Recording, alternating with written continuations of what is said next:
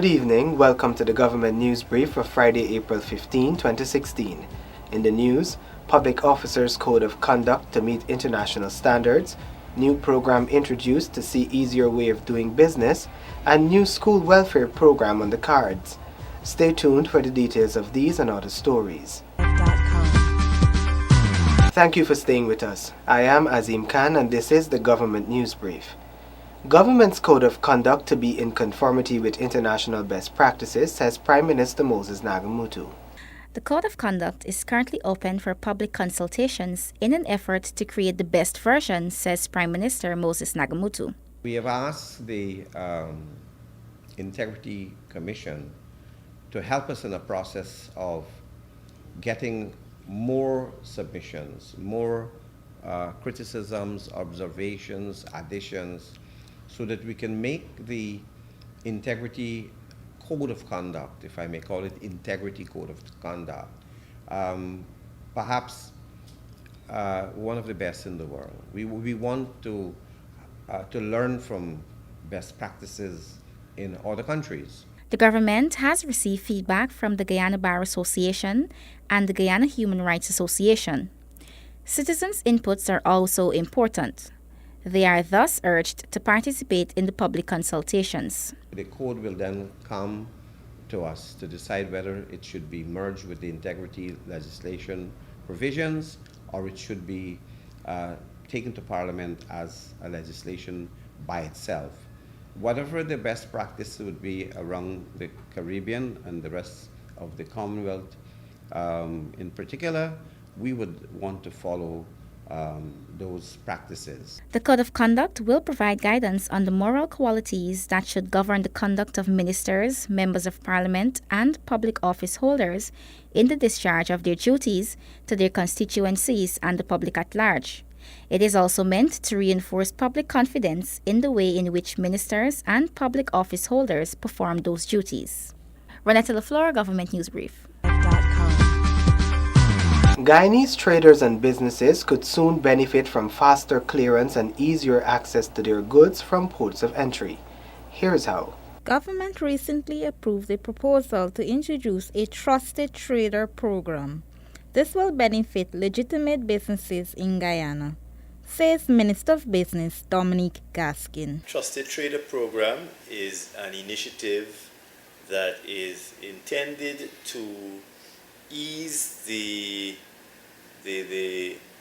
impact on legitimate businesses of the slow and inefficient bureaucracy. The proposal was developed after the Minister of Business received complaints that several well-established businesses which refused to bribe public officials have been targeted with delays when processing transactions.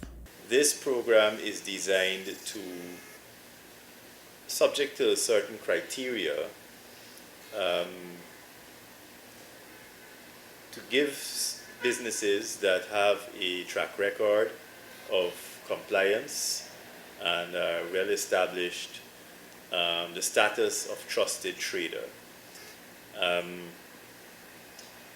This will allow them certain privileges, such as being able to have their let's say, containers released,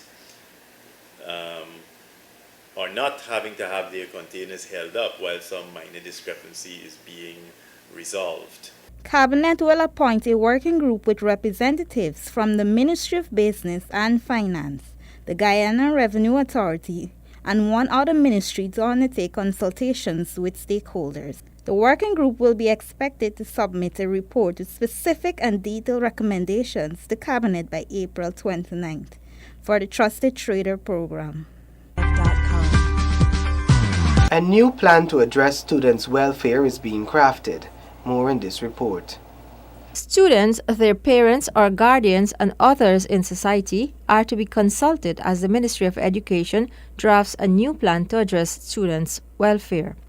Chief Education Officer Olato Sam says that this engagement is aimed at shaping clear strategies and approaches to address the welfare needs of students. We want, as a Ministry of Education, to hear actually include all of the players in this process, because it's not a school-related issue. It's a social, community, broad-based issue. And the only way to effectively address it, we feel, is to have all of those players on board with a number of different strategies. So NGOs, ministries, other autonomous agencies all need to come together with us. The Chief Education Officer explained that the voices of the students are very important in the shaping of the new welfare plan. And we need to hear the voices of students themselves so that they can clearly articulate some of their needs and their concerns within the system. And we're hoping that if we can pull that kind of an engagement together, what will emerge there will form the core of our strategic approach to addressing this effectively, because it's a really complex matter. The need for psychosocial support programs for schools and residential facilities was identified as one of the Ministry of Education's priority for 2016. Shanti Goberdan with this Government News Brief. Residents are to play a greater role in sea defense rehabilitation and maintenance. Find out how in this report. Citizens in 20 communities in Regions 2, 3, 4, and 6 will be educated on the Sea and River Defense Resilience Project in their area. This project is being funded by the Caribbean Development Bank, CDB, and the Government of Guyana. CDB social analyst Anicia Gale Geddes explains that a Community Partnership Mechanism (CPM) program was created as a condition before the bank disbursed the project's loans. So what then are the CPM or Community Participation Mechanisms? What are the objectives? They include two. One, to keep community members informed on matters relating to implementation of the project. And secondly, it facilitates reporting to the WSG through the NDC, and NDC stands for Neighborhood Democratic Council. In the interest of transparency, the CPM project coordinator will provide each NDC in the beneficiary communities with specification of the work. A community awareness educational program, CAPE, will also be implemented. The consultant will develop and implement a program of communication activities aimed at, first of all, changing attitudes and behaviors in respect of the treatment of sea and river defenses. Both CAPE and CPM have to embrace gender and age-sensitive responsiveness to ensure that the project is all-inclusive. Renetta LaFleur, Government News Brief. Affected coconut farmers get help from the National Agricultural Research and Extension Institute, NARI, to destroy the red palm mite insect.